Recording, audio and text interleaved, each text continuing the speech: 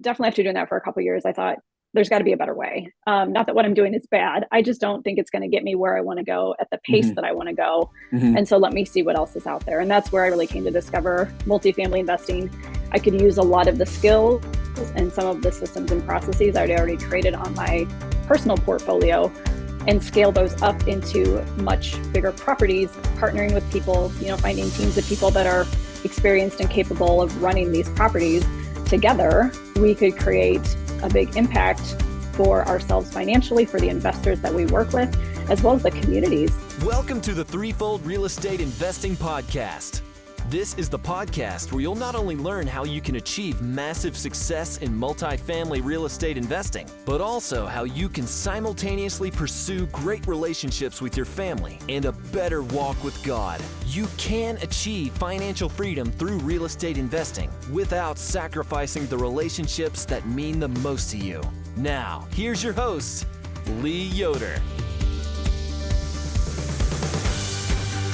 Welcome back, Threefold listeners. I hope you're having a great week this week. It's finally warming up here in Ohio. I hope it's warming up out in Peoria, Illinois as well, where Roschelle McCoy is joining us from today. She's a multifamily investor, getting into multifamily, still working the full-time W-2. A little bit about her, and then we'll bring her in. She's been investing since 2017, currently controls over $6 million worth of real estate assets in Illinois and way down in Florida. Her portfolio began with single family and small multifamily properties, which she forced a lot of appreciation, doubled the NOI in 3 short years. But now she's focused on large multifamily investing, both as a limited partner, as an LP, and as a general partner, as a GP, and nearly 300 units now.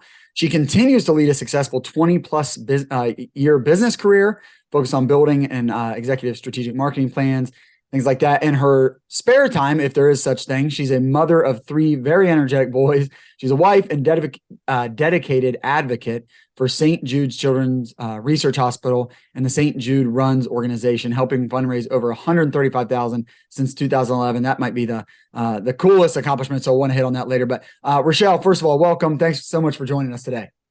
Thanks, Lee, for having me. I really appreciate it. And yes, it is finally warming up here in Illinois. So yeah, good to hear. Good to hear. Spring has finally shown up. Well, Roschelle, take us back, if you don't mind. What got you interested in real estate in the first place? And then, a little bit about how you got started. My husband and I we've been married for 23, going on 24 years, and we've always had an interest in real estate. It's something we've always talked about, but we never took action. For many, many years, we're like, yeah, we should buy some rentals and do this or do that. And we never actually did anything about it. So about 5 years ago, I was in a situation with my job where, and I've had a very fulfilling, rewarding career with my employer, but I was in a position where my job was suddenly eliminated with really no notice. Thankfully, I was moved right into another job. So I was never unemployed, but it was a huge wake-up call for me. Yeah. And one that finally sprung us into action.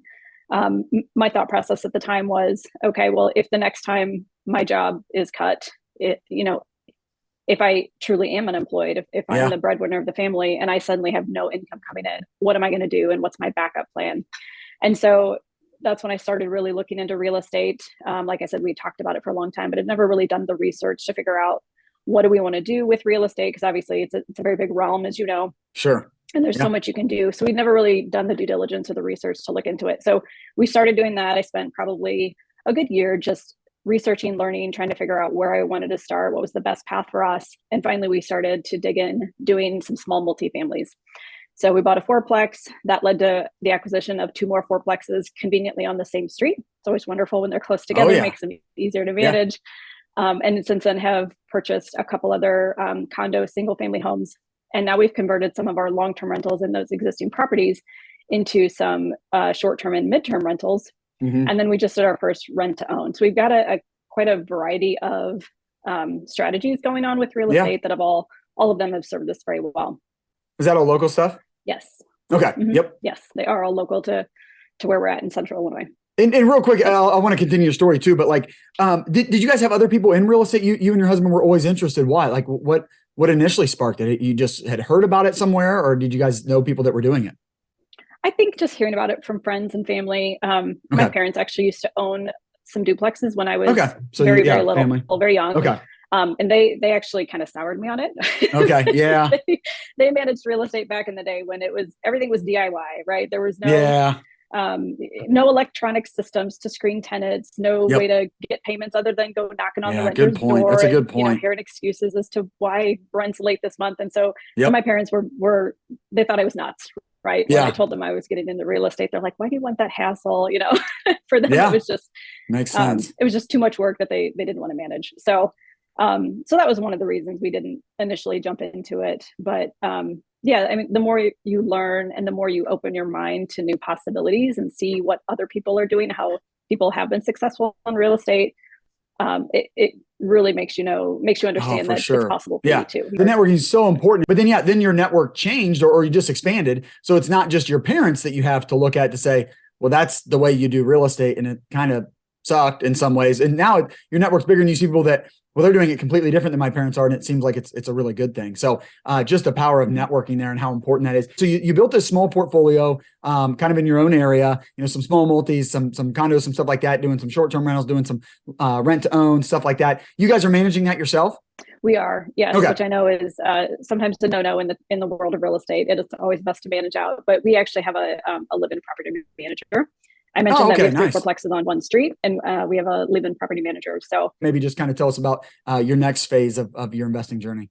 Sure, yeah. So after doing the small multifamily stuff for a couple of years, at the end of each year, I'd go through and look at my books and my profit and loss statements, and I'm like, if I and let me back up a little bit and say that over the course of those few years, my vision started to shift from using real estate as a backup plan to, I think I could grow this into a business and make it something where maybe I could eventually leave my job and just do this full time because I was really enjoying it.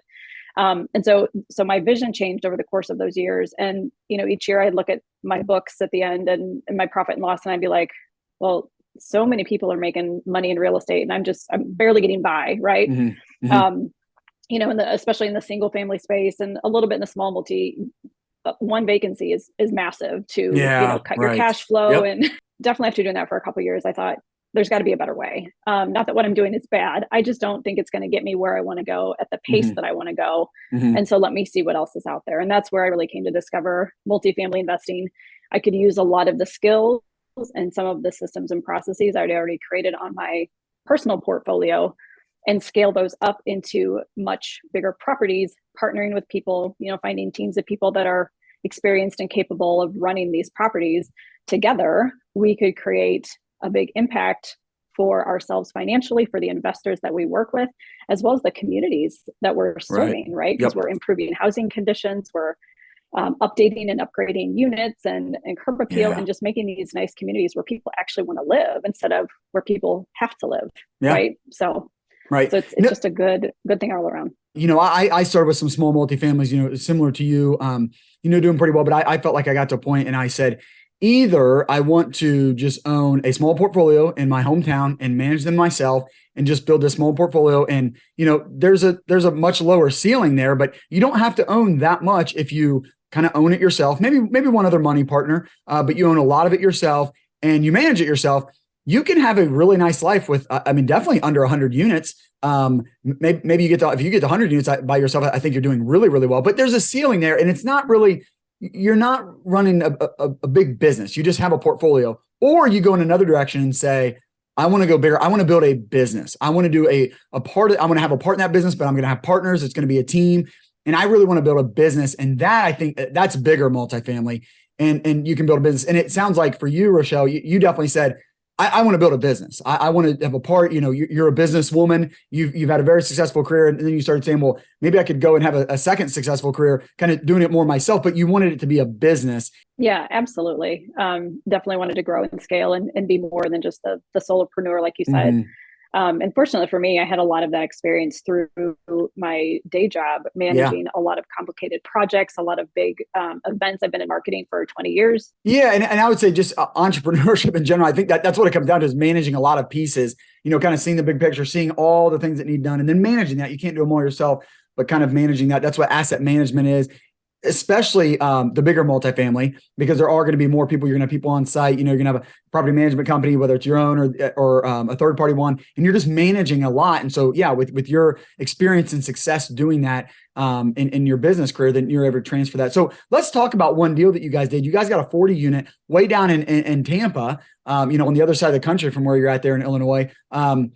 Let's talk about how that's gone, Roschelle, but specifically, how have you used your skills as a businesswoman and been able to implement, some of the processes and procedures and kind of the back end stuff to allow you to operate from across the country?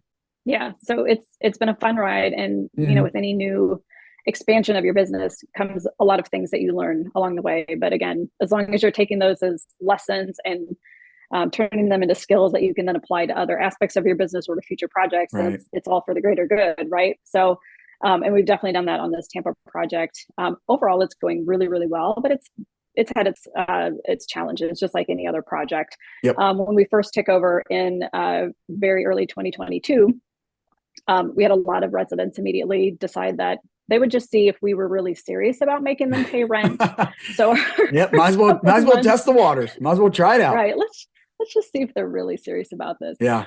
So the first couple of months, honestly, were nail biters, right? Just making sure that we were getting enough revenue coming in to cover the mortgage payments and the bills and all of that. And it probably took, I would say, a couple months to really get people comfortable with the fact that we were a new management entity, a new property management company, which they weren't accustomed to before. We bought a mom and pop owned property, and so it was managed quite poorly. I'll add, by they the were managing itself. it themselves, and you guys brought in a professional property management company. Is that what you're saying? Yes. Got it. Okay. Yeah. Yep. So this was just kind of a whole new realm, I think, for the residents living there. Sure. And so lots of change management that had to go on with us, being a new partnership group, working with a property management company we had, but also these residents being new essentially to this concept of somebody that's really going to manage the property and manage it well. So lots of change over there. But over the course of, the first year, we got in and we started basically working through our business plan. We updated the outsides, we started renovating the interiors, and residents really came to see within the first couple of months that we were serious about making this a very nice place to live and a place that they would want to stay. And so we've had some tenants that have stuck with us throughout, and are more than happy to take a rent increase based on the new things that we've added to the property and the new amenities that we've put in. They're more than happy to pay that bit of extra for that added value there. But of course, you're going to have some residents that decide not to do that, and then it's a good opportunity then to find people that are willing to take good care of the place, to pay their rent on time, and kind of give back to the community the way that we are trying to as well. That's what I love about doing the CapEx, the big CapEx stuff up front, Roschelle, because the residents, they get the sense, well, okay, this ownership group, they're asking me to pay higher rent, but it's not all take and no give. They know what stuff costs.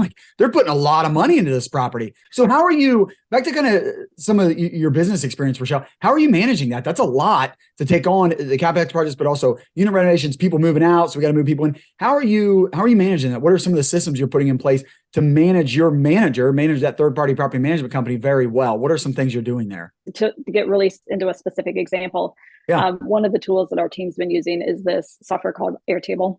Okay. It's got some project management capabilities in there. Yeah. It's got some Kanban style of boards. If you've heard of Asana or Monday.com, it's got some similar capabilities to those, but it even goes a little more broadly in how you can plan and manage a lot of information in one space in this software. So we've had a fun time with it. But basically what we do is all the data that we are working on with our units, our tenants, our rent rolls, we capture all of this in this software called Airtable, and it helps us to manage kind of the day-to-day operations. So for example, our unit renovations, I uploaded a rent roll into Airtable, and then we put in automations to notify us when tenants leases were expiring. So when they were 30, 60, 90 days from expiration, we'd get a notification on that. And then we start planning the unit turn for that. And then we have a multi-phase approach as it's going through its renovation process. What are the different checkpoints we need to have, making sure that, we're ordering the materials when they need to get ordered, making sure we're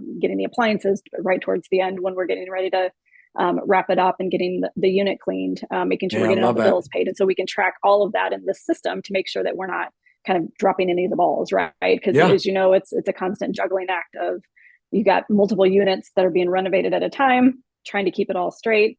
These Oh, units it's have a a lot of lot. letters and numbers, so trying not to Yes. transpose the letters and the numbers on different units, and so having this nice visual software really helps us keep track, and anybody on the team can go I in was at just any gonna say, point in yeah. time and see the Everybody's looking status at of the same things. thing. So Yeah. if someone's traveling or someone's out sick, they can just go check Love that. the boards and the tables that we've created and see kind of where everything's at. So that's been a really transformative way for us to manage. And then as we're looking at going forward and acquiring new properties, we've used similar tools for doing the due diligence. So Oh, we're in the okay. process Yeah. of walking a much larger apartment complex in the Midwest, and we've used some of these tools to walk every unit, note the condition of all of the different elements inside of the property, whether that Hmm. be the flooring, the Hmm. walls, the fixtures, all of that stuff, and on a room by Yep. room basis, right? Not just how do the floors look in the whole apartment, how do the floors look in the kitchen, how are they in the living room, what about the bedrooms? And so we log all of that in a form as we're walking through the unit. That information gets exported into a Google sheet, and then we take that and create pivot tables and different graphs and charts to show us, Yep. okay, of all of these units at the property, here's how many are going to need complete repair and replacement of the flooring. Here's how many are just going to need a quick paint job, or some that maybe just need some lighter aesthetics or new Right. fixtures to kind of brighten them up, versus those that are have already been renovated. So Yeah. coming out of that due diligence trip, having all of that data at our fingertips really helps us Oh, hone it's back so in on our good. underwriting and making sure that our CapEx numbers are where they need to be. So yeah, there's so Yeah. many great tools out there, and you really got to take advantage of them. Man, you really do, because we do all that when we're walking properties, and we do it on paper, and then I make my wife enter it into Excel. So she's gonna like that idea of, if we can just do it, it goes right into Excel, it goes right into a spreadsheet. Yeah, why would we not do that? So thanks for that tip, Roschelle. I love Sure. the way you guys are using Airtable with your property management company, because for two reasons. One, it's notifying you. So, for you to think like, oh, I'm just, and we've done this, like, oh, we're going to get on every week and see, which leases are coming due. Like you can form something around that, but man, if the computer tells you, that's even better. Mm-hmm. So it's notifying you instead of, you having to check on it. But then I love that, everybody can see it, and well, everybody got the ding that the lease is now, they're now 2 months away from their lease being up. So Mm-hmm. everybody knows that the on-site girl or whatever, she needs to send a lease renewal. And so we're all seeing that she hasn't checked that box, that she's done that. And so everybody's going, hey, Melissa, why haven't you done that? Right. And then, but when she does that, then it's on Roschelle to, call the unit turn guy, Ron, hey, we need a quote for this unit, and so if you haven't done that, everybody knows, Roschelle, you're not doing this. Like, we're 2 months away. This resident told us they're moving out. Right. And so, yeah, I love that. People can see that accountability. Everybody knows, everybody sees where it's at. It's really good stuff. I can see. Again, what I was telling you before, Roschelle, is I've seen sometimes people that manage from afar do it better because they're forced to put in these systems and processes like you've done. Whereas if you're doing it next door, you might just pass on stuff like that because it's like, we're kind of doing it mom and pop, right? We'll do it ourselves. Right. And you guys have been kind of forced to do that, but you're probably, I think you're better for it. Yeah, absolutely. You're right. It really does, because I've done it both ways, as we just discussed. Yeah, I've got the local stuff here, and it's easy just to, 10-minute drive, just run over the property and put your eyes on things and check on it. Yeah. And you still need the people to do that when you're long distance investing, right? You still need those boots on the ground. Those people are critical to make sure that, your contractor's doing what he says he's doing, and that your property manager is doing what they should be doing. It's always good to have those people local to the area to check on things. There's definitely no replacement for that. But like you said, when you're long distance investing, it really forces you to look at every opportunity and every problem in a different way, and how can I manage this better from afar without having to travel down there constantly to check on things in person. Oh yeah, I love it. It's really good stuff. The boots on the ground. I was just thinking, like, if Ron was supposed to send you pictures of the unit he just turned, he could take pictures of a different unit that's right. So you do need the people on the ground sometimes to go, oh yeah, this is really happening like we think it is, Roschelle. So yeah, really good. Well, this has been really good stuff. Like I said, it definitely, I've already learned a couple things that we're going to implement when my wife is editing this podcast. She's going to, kick me in the butt and tell me we need to get that for when we're walking units, because we're doing some of that right now. And again, we're doing it on paper and then she gets centered. So really good stuff, Roschelle. Appreciate that. Hey, Threefold listeners, just want to take a quick second here to promote our sponsor, a company that I'm a big fan of, done a lot of business. I'm a very happy customer of Prominent Title Agency. They are a full service title and escrow company licensed in Ohio, Kentucky, Indiana, Tennessee, Michigan, and Florida. They handle commercial transactions of all types and sizes, including multifamily, retail, industrial, hotels, medical buildings, restaurants, gas stations, golf courses. They are very experienced and efficient in handling large portfolios, including multiple properties and or multi-states, as well as entity transfers in Ohio. My guy over there is Rob Calabrese. He is the division director for Prominent Title Agency's commercial real estate division. Being a licensed attorney and title agent in Ohio and Kentucky, Rob has strong knowledge of the complex world of commercial real estate. He also offers legal services in all aspects of commercial real estate. Guys, I've worked with Rob a lot. We're getting a deal under contract now, and I told the broker, I said, man, I really want to work with Prominent Title. Just trust those guys over there. They're great. They're quick. Love working with those guys. Now, back to the show. Hey, I always like to ask my guests, what would you say now in your experience, small multis, getting into some bigger multis, it sounds like you're getting into some really good multis here in the Midwest. We're trying to do that as well. What would you say is a key ingredient to being a successful real estate investor? So I think it really comes down to consistent action. Just taking one step forward day after day after day. The path is not laid out for you, right? You can read books and you can, get on the blogs and the forums and all this stuff and network with people and learn stuff. But you're really going to learn by getting your hands dirty and getting in and doing the work. And that takes a lot of consistent action day after day after day to just keep moving yourself forward in your journey, no matter where that takes you. And sometimes it takes you in a completely different path than what you expected, which is fun and exciting. Which is, I've always done this with my career overall. It's like, you want goals and aspirations, but I don't want such a tightly knit career path that if I stray for that for some reason, like it's going to stress me out, right? Yeah. Because I want to ebb and flow and go where the opportunities are and, what feels right in my heart and my mind at the time, or, what comes as a recommendation from a colleague for something I should explore.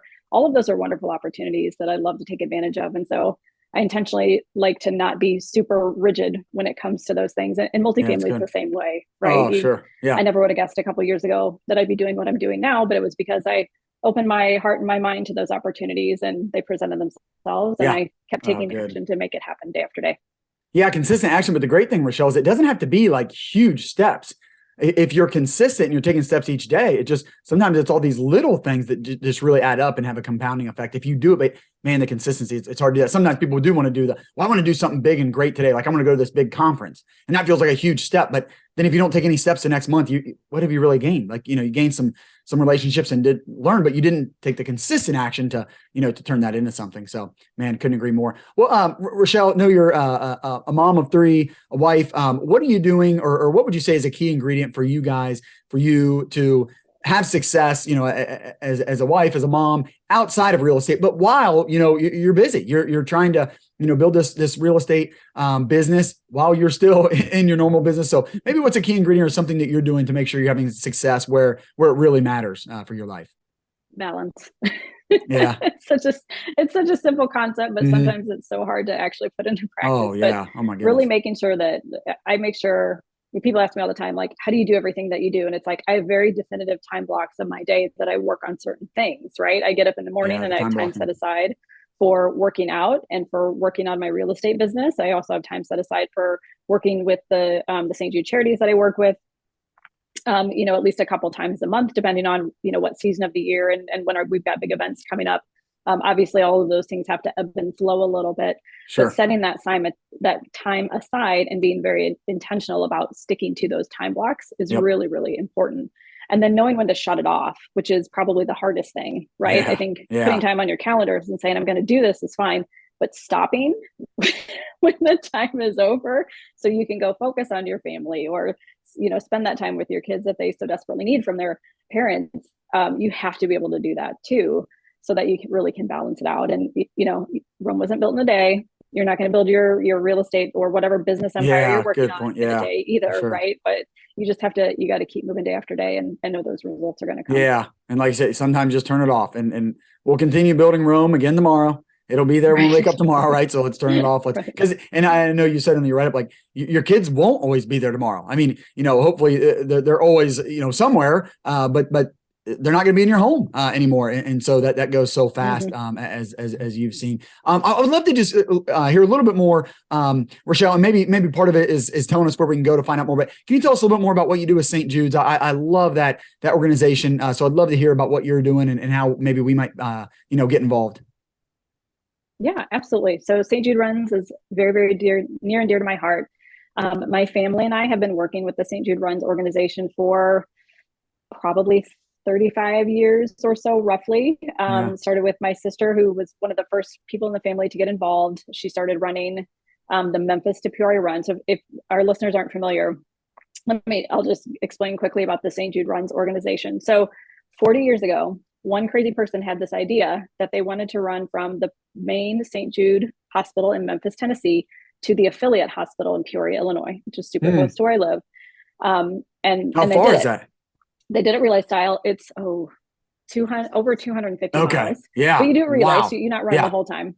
And so over the course of a few years, other cities decided that they wanted to start a run to join the Memphis runners as they were coming into Peoria at the same time. And so fast forward 40 years, there's now 35 cities that all descend into Peoria on a Saturday in October, and that kicks off the local St. Jude Telethon. And so with the St. Jude Runs and the St. Jude Telethon, locally, we raise between $10 and $11 million for St. Jude over the course of that weekend. It's just, it's phenomenal. So each year you do each time. Wow. Yes. That's awesome. So I personally have been involved for the past 11 years, started off as a runner. Now I'm a captain of one of the teams that runs into Peoria, and I'm also the treasurer for that run as well. So just keep getting a little more involved over the years. So cool. Yeah, if anybody listening has any level of interest in running, even if you're not a big time runner, you do have to be a runner to participate.